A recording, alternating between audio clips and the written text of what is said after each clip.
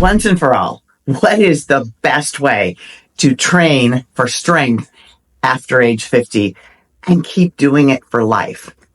Not just for now, but well into your 60s, your 70s, and beyond. I'm Janet McConnell, fitness educator, longevity speaker, and still going strong at nearly 70. I've coached clients of all ages, and I walk this path myself every day. In this video, I'm going to give you 4 brutally honest truths that will help you train smarter, recover better, and stay powerful without burning out or breaking down. Truth number 1, you win half the game just getting clear on not training like you're still 30. When I was 48 and just getting into competitive bodybuilding, I trained like a maniac. Heavy deadlifts, 2-hour sessions. I was training 6 days a week, barely any rest. And it worked for a little while. But a few years later, I was waking up stiff, inflamed, exhausted, and no longer improving. I slowly began to realize for myself, I wish my future self had been there to tell me, I was trying to win the same game in a completely different body. And that was my turning point. I stopped chasing the way I used to train and started honoring the body I had right now. Here's what I tell my clients now.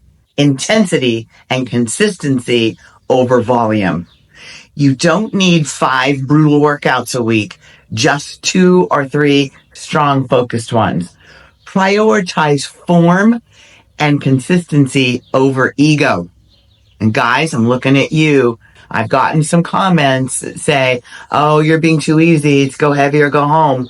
Yeah, for a little while. And then you'll see what I'm talking about. You're not proving anything with poor technique and sore joints and just powering through because you need to prove to yourself that you're not getting older. You are getting older, and honor it. It's a privilege and you're killing it. Warm-ups aren't optional anymore.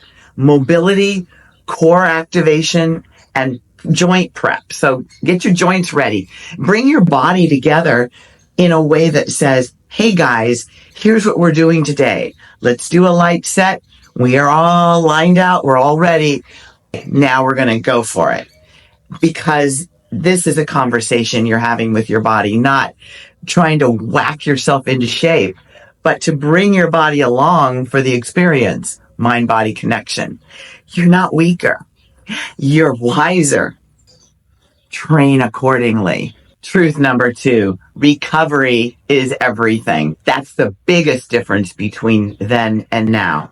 And I highly recommend recovery as just as important as the training sequence that you just went through. So this is the one most people resist.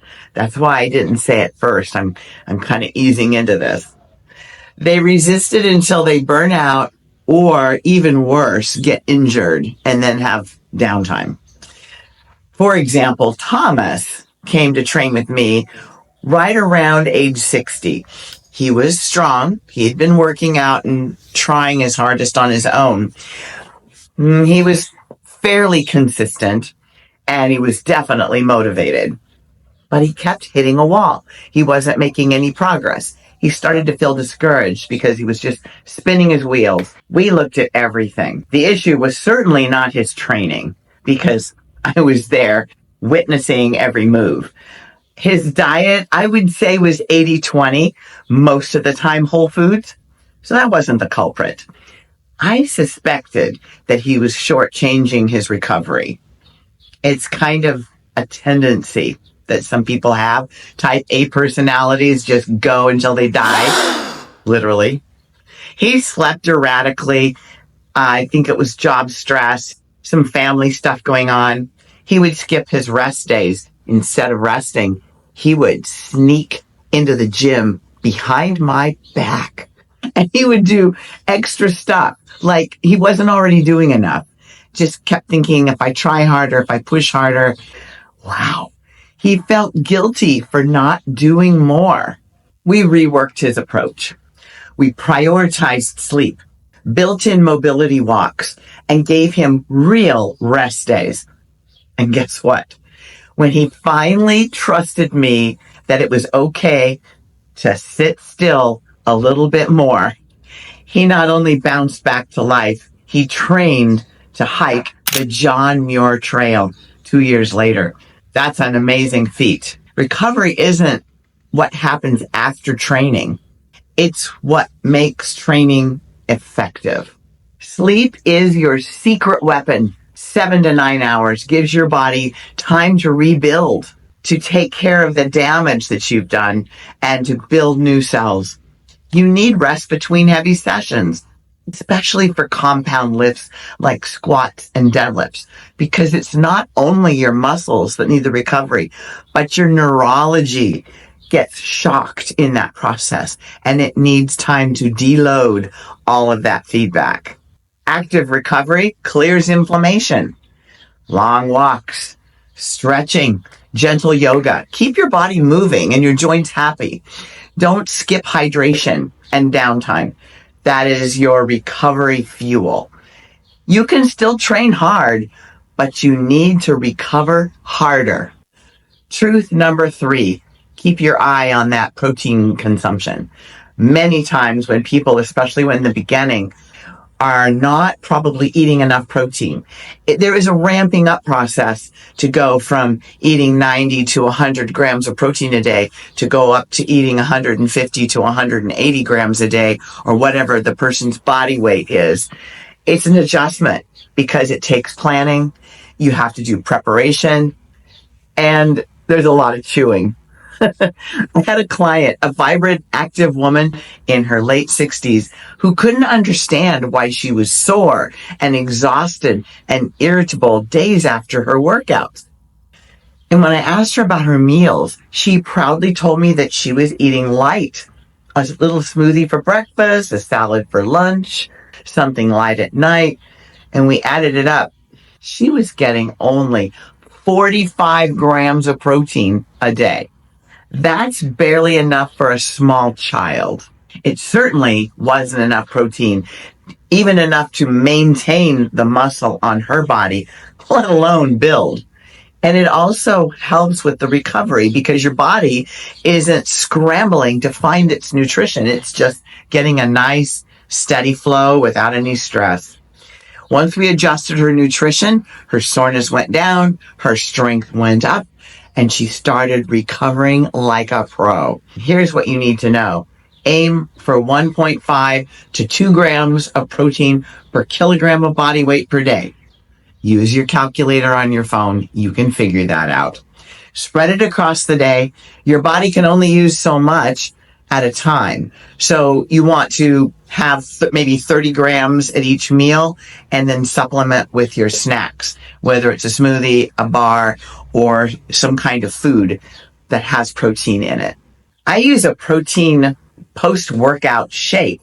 I keep it simple sometimes. Sometimes I get elaborate, but a scoop of whey isolate protein and water, that takes care of 30 grams right there if you get a good quality mix. And get creative. Cottage cheese, Greek yogurt, egg whites, protein bars. It doesn't have to be just grilled chicken. If you're not feeding your muscles, ladies and gentlemen, your training is only able to do half the job. Give it the fuel it needs. Truth number 4, you need structure, not randomness. Rick came to me in his late 50s after years of doing, random Instagram workouts. He followed flashy routines, the latest and greatest new darling in the training world trends. He was really kind of susceptible to the shiny new object. But he never felt like he was making progress. He had the drive, clearly, but no direction. So we built a 3-day-a-week strength program around core movement patterns, push, pull, squat, hinge, carry. And within 8 weeks, his shoulder pain was gone, his weights were up, and he finally had the confidence to keep going and not jump around all kinds of shiny objects. Here's how to build structure into your strength routine after 50. Follow a program that clearly progresses. Don't just train hard, train smart. Use full body movement patterns. They build functional strength that matters and include mobility and stability. Strong joints are pain-free joints. Cycle your training. Heavy, moderate, deload, and then go back again. So you have this nervous system that needs rhythm so that it knows a little bit what to expect, but then you throw in a few surprises that leads to growth. Random workouts deliver random results. A structured plan builds sustainable strength. So, can you still be strong and competitive at 60 and 70 and beyond? Yes, in all caps, but only if you shift the way you train and recover. Respect the machine that you're living in. It is a biological machine, and it is intelligent, and it knows when it's gone too far, and it pulls back. Just like in real life, when somebody pushes you too far, you shut down. You're like, no. Well, your body is no different. So, here are your marching orders. Start where you are. Don't look back. 30 was great. That's back there. Now, look forward. When you're 75 and lean and strong, holy cow, you're going to have the 30-year-olds looking at you saying, I want to be like that when I'm his age or her age. It stands out. Recover like it matters, because it does. Remember, go smart or go home. Fuel your muscles, not just your appetite. Ditch the random activities and build a plan you can stick with. And remember, I'm not here because I did everything right from the start. I am sharing the shame and idiocy with you. I've got more stories to come. But I learned all of these things because I did all the things I'm telling you not to do. I've burned out. I've underfueled. I've overtrained. And I'm still learning how to do this for the long game. There. I said it.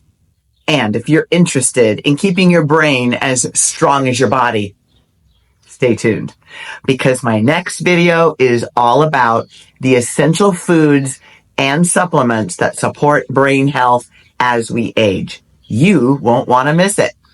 And remember, my heroes, aging is inevitable, but decay is optional.